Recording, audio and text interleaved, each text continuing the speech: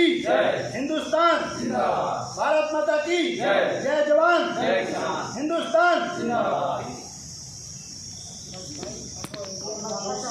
आंदोलन से जुड़े हुए हैं। बच कौन गया? बच गई सरकार और उद्योगपति और जो किसान विरोधी हैं। मैम, आप आज मिलने आए तो मतलब क्या मांग थी, आप क्या चाहते हैं?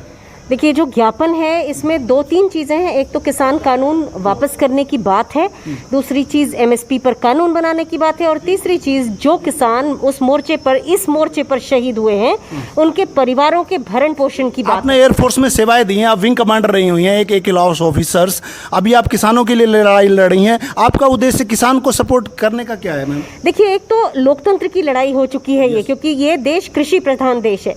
और जब मैंने अपने भाइयों को देखा 16 दिसंबर से वहां जमे हुए, तो मेरी हिम्मत बढ़ गई। सरकार तो तानाशाही पे उतर आई। उन्होंने एक नोटिफिकेशन जारी कर दिया कि ये जो कोई पेंशन वाला बोलेगा हम उसको ये कर देंगे, पेंशन बंद कर देंगे, वो कर देंगे। उसके बारे में क्या कहना चाहिए? सरकार परमानेंट नहीं है, इस लोकतंत्र ने इसे सरकार आज चुना है, कल नहीं रहेगी। ये बात नोट कीजिए, सरकार और कोई भी इंसान कोई भी पद पे परमानेंट नहीं है। ये मैडम अनुपमा आचार्य विंग कमांडर जी का स्टेटमेंट है और हम सब का स्टेटमेंट है। हमेशा किसी का ना राज चलता है, ना शासन चलता है, ना नाम चलता है।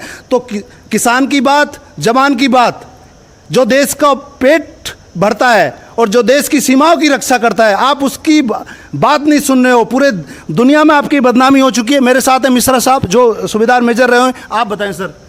हमने इसके लिए तो तीनों कृषि कानून के लिए पहले भी ज्ञापन दे चुके 6 महीने से आप बॉर्डर पर बैठे हैं, संघर्षशील हैं। इतनी निर्दयी सरकार देखी आज तक? कभी भी नहीं देखा। और हम इसलिए संघर्ष भी देशद्रोही का ठप्पा लग गया नहीं आप पे? हमारे में कभी भी नहीं लगेगा। सरकार की क्या है? जो सरकार के सपोर्टर हैं वो आपको देशद्रोही कहेंगे। कभी उनके कहने से हो जाता है क्या? वो लाइसेंस बांट रहे हैं क्या? यस, उनके लाइसेंस बांटने से नहीं होगा। हम देश हित, आप आवाज उठाओगे तो आपको ये देशद्रोही का ठप्पा लगा देंगे। तो कर रहे हैं। और आज हम देश के लिए और जनता के लिए, दोनों के लिए। आप बताएं सर। देखिए, बता रहे हैं कि ये तीनों काला कानून को लेकर के आज एडीएम गाजियाबाद को हमने ज्ञापन सौंपा। और भी जिलों में देंगे? देखिए, लगातार चल रहा है। हम तो लगातार कुशीनगर से देते आ रहे हैं। तो देश के और सारे सैनिक भी इकट्ठा हो रहे हैं? हाँ, बिल्कुल होंगे। मेरे साथ है अनुराग लठवाल जी, जो पिछले करीब 6 महीने से किसानों के साथ लगे हुए हैं, अलग जगाए हुए हैं, दिन रात अपने घर से दूर रह के किसानों को सपोर्ट कर रहे हैं। मैं बात करूंगा आगे की क्या रणनीति है। लठवाल साहब बताएं। जी बिल्कुल, आज हमने गाजियाबाद डीएम को ज्ञापन दिया है और यह ज्ञापन प्रधानमंत्री मोदी जी के लिए है। तीनों काले कृषि कानून सरकार जल्द से जल्द रद्द करे। अगर सरकार ये तीनों बिल रद्द नहीं करती है और एमएसपी के ऊपर कानून नहीं बनाती है, ये तानाशाही चला रही है, आप लोगों की आवाज़ दबा रही है सबकी। क्या जी, लोकतंत्र के अंदर आवाज़ बिल्कुल नहीं दबाई जा सकती। सरकार को हम बताना चाहते हैं, वो 4 लाख ट्रैक्टर तेल डाल के अभी भी खड़े हुए हैं। दिल्ली की तरफ उनका मुंह है और 25 लाख किसान। डीओपीटी ने एक ऑर्डर भी निकाल दिया है जी हमारी आवाज़ दबाने के लिए। जी, कोई फर्क नहीं पड़ने वाला। ये सरकार, हम बता दें सरकार को, सरकार के अंदर बैठे नेता कान खोल के सुन लो। आप परमानेंट नहीं हो।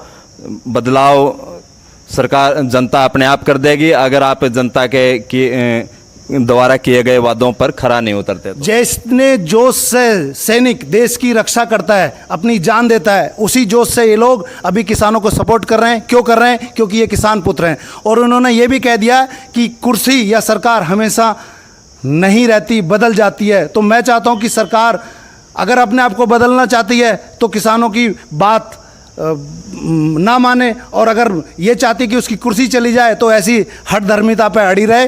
क्योंकि देश के जवान जो देश की रक्षा करते हैं, देश की सीमाओं पे जी जान लगा के जुटे हैं, ऐसी आपको कुर्सी से हिलाने में भी अपनी पूरी ताकत लगा देंगे।